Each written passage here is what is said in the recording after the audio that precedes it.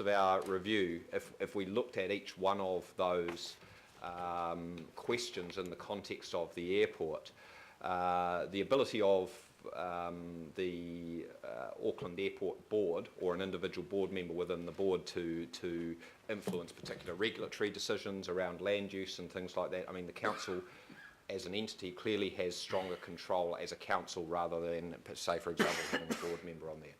From an economic development perspective, obviously there's a fundamental interest in attracting visitors to Auckland and tourism. That's a place where the airports, both the airport's interests and Auckland Council's interests, both as a council and as ATED, are completely aligned. But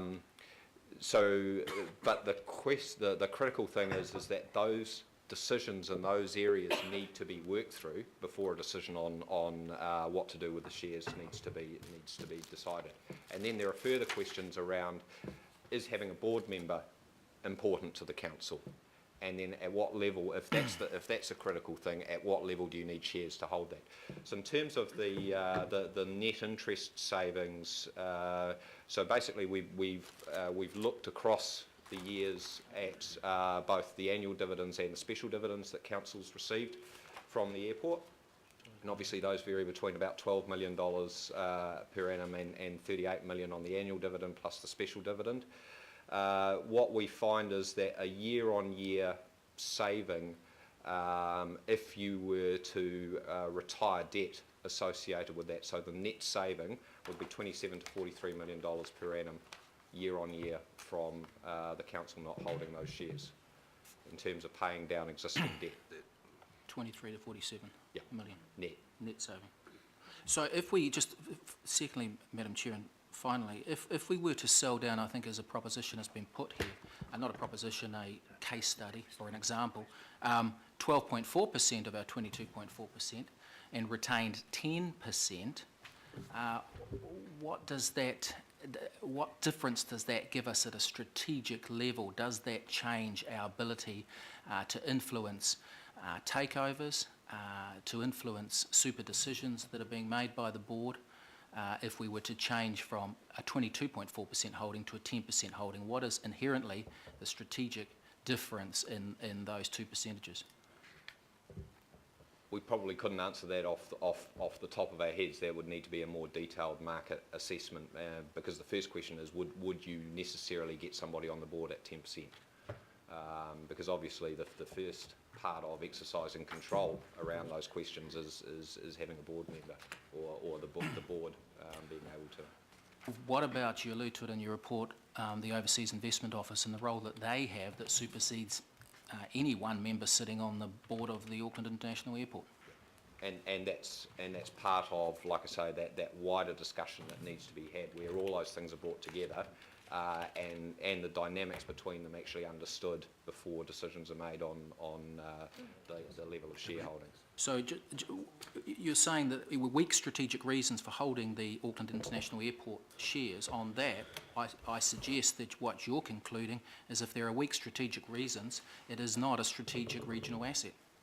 But it's alternative funding. So I think, thank you. You won't have the debate tonight. Thank you. This is the Mike Lee report. And that is exactly the sort of thing that we will be workshopping in February and asking more information about, you know, all those sorts of things. We're certainly not going to make any decisions today. Thank you very much. I've got Cathy, Councillor Casey. First of all, to foreshadow an amendment to your resolution, I have absolutely no intention of this being behind closed doors. If ever there was an opportunity for the people of Auckland to see what their elected representatives think in terms of whether we sell or not sell our assets, it's this. My amendment is to change the word workshop to open meeting. I need a seconder. Point of order, Madam Chair. Just a clarification: are these reports publicly available? Yes, they are. Thank you. Absolutely.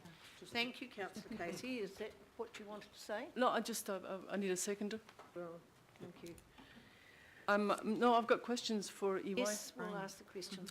There was nothing that was said by either EY or Cameron at the workshop that couldn't have been said in public, by the way, not a single scrap. So I have no idea why that was a workshop and not an open meeting. it wasn't, it was A briefing. a briefing. Whether it's a briefing or a workshop, this is way too important to be hidden. And it's here, There it is. and this is the discussion we're having now. We're discussing having a workshop in February, and I'm saying not And on you, after- Nelly Duff. Councillor, it's for the council to decide, but it would seem a bit silly to want to go through an open meeting asking reports from staff and getting the information we need before we go public and before we actually ask the public. That's your opinion, you're entitled to have Yes, it. that is my opinion Well, as chair. I'm one of Madam those- Chair, point of clarification, I think we need some legal advice here, because if we're openly discussing our future plans for the Auckland International Airport that's publicly listed, and if we're openly discussing our plans about the ports of Auckland, which has big competition in this country, then I suggest that we have to tread very commercially and legally sensitively. Okay, thank you. Now, can we just stick to asking questions of EY? Well, everybody else made speeches. Is it just questions from me? You can make, most people haven't really. They've been asking for information, Councillor Casey. Well, I'm one of those ones who didn't support doing this for good reasons. I think this is what gives Auckland Council a bad name, and I cannot believe that this mayor oversaw this with all the assets on the table, including 1,412 units of housing for older people, which Cameron Partners put into the commercial category. Fortunately, you didn't. Chamberlain Park Golf Course. Do you know how long the Albert Eden Board has spent persuading people they're not going to sell it and we're not going to build houses on it? We haven't made any We also, decisions to do yesterday that. at the Parks Committee, we talked about sport and how there's a golf course review due in March. This open meeting to discuss these reports is due in February. There's cart and horse stuff which just defies belief here. Road tolling. I thought we'd done with that. Back on the agenda. Thank you very much. Sell-off of airport shares, sell-off of the ports of Auckland. It needs to be done with people being accountable for their position. Whether we get a legal opinion that says that certain things can't be discussed, that the actual position of every elected member in this chamber needs to be said out loud in public and not behind closed doors. And that's, I want to have that debate today. This is completely out of kilter with the mood of the people. Who's phoning you asking you to sell our assets? Not me. We're not talking about selling assets, Yes, we Councillor. are. I will Actually, that's what continue to all this say is that. about. That's what all this is about. If we weren't, why did we put them on the table to be considered by these consultants? Why did we do that? Because we asked them to do it. No, this is license to sell. And I'll tell you what, it'll be an election issue next October. I know Labour have run it for 3 last elections. Thank you, Councillor Brewer. Thank you. And we've won it. So I've got a quick question. I'm quite interested. We actually own quite a few regional parks right throughout Auckland.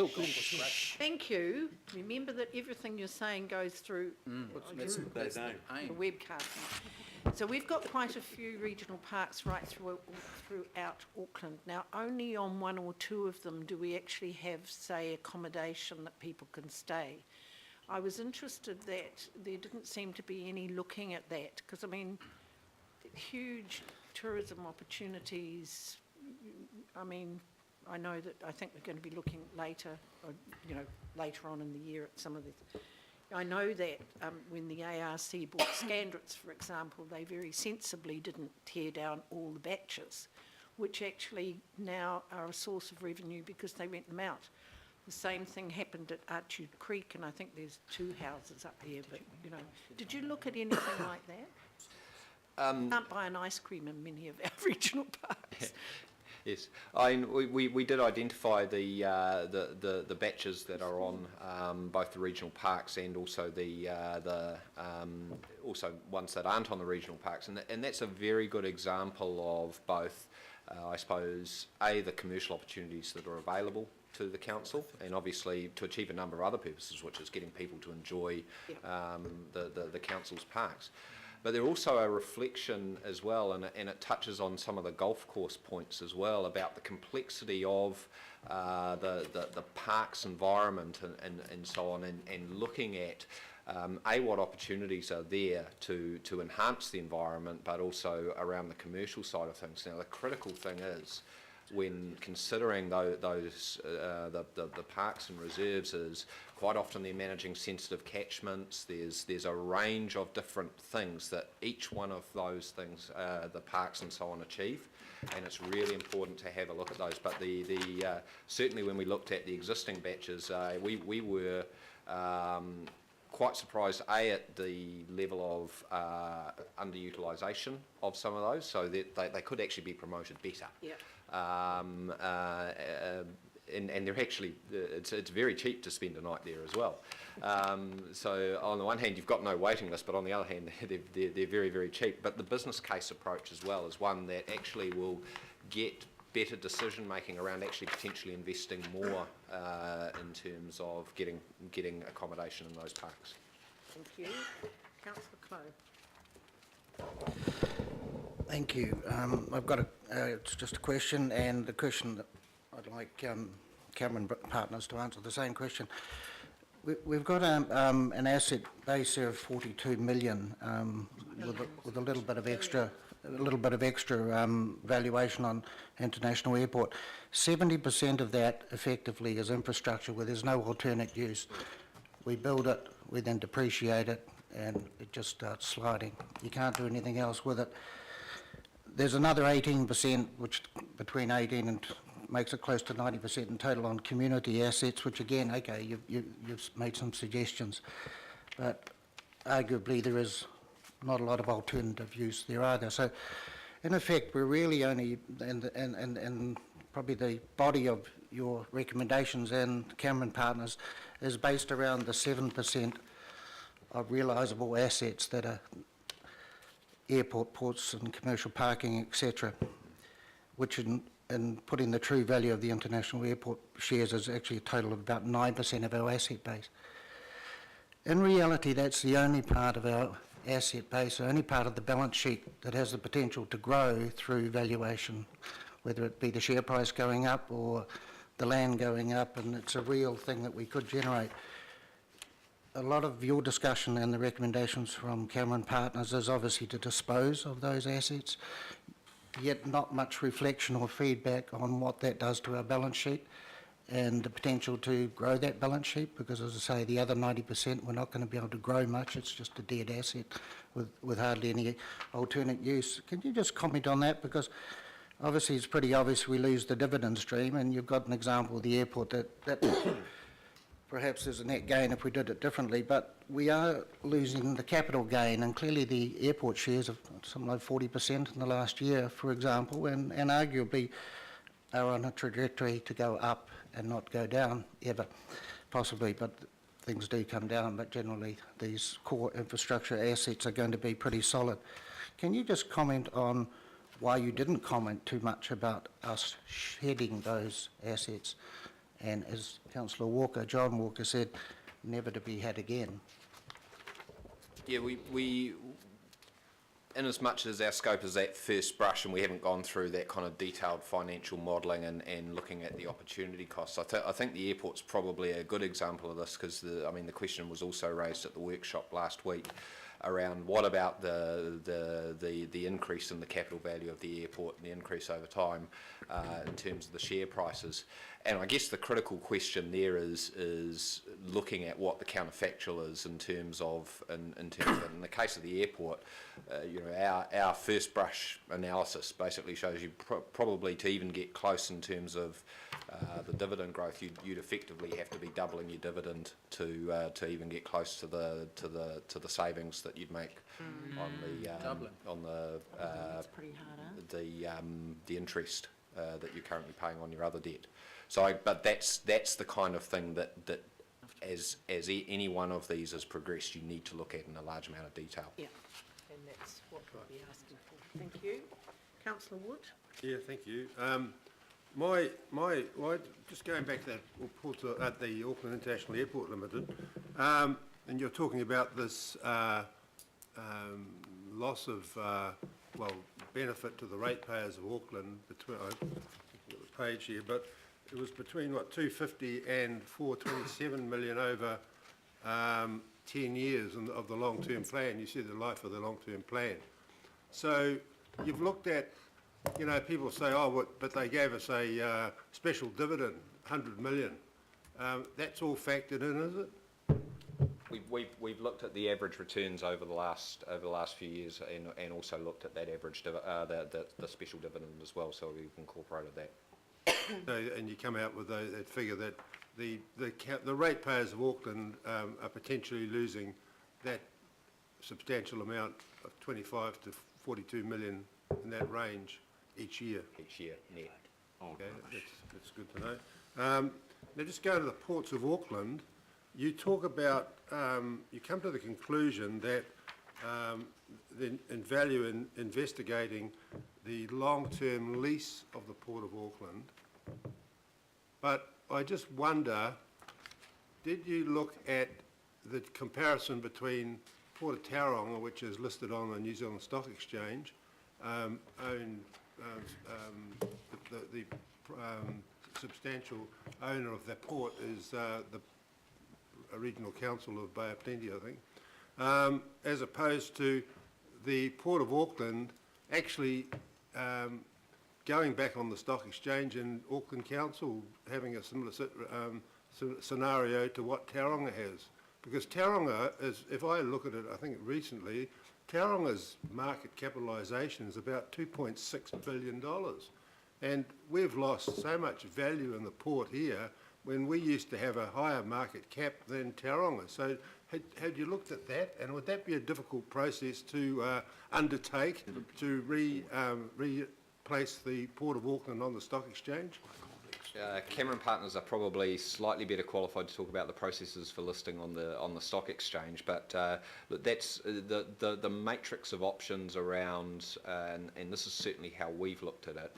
The matrix of options around the ownership and the retention of the land that the port sits on versus the port operations. There are a number of different ways that you could cut that in terms of ownership on the share market, or say, for example, the land underlying being 100% owned by the council, as the non-working side of the waterfront is, where basically council owns the land and is entering into 120 odd year leases, which are very, very close, from a development perspective to what you can get in terms of selling, but still the council retains the land that sits underneath them. So we've looked at that matrix of approaches across. So you've got one conclusion, which is that scenario you've just described, but you agree that there could be other scenarios that we could investigate. Absolutely, and those are, and basically we say that the future port study is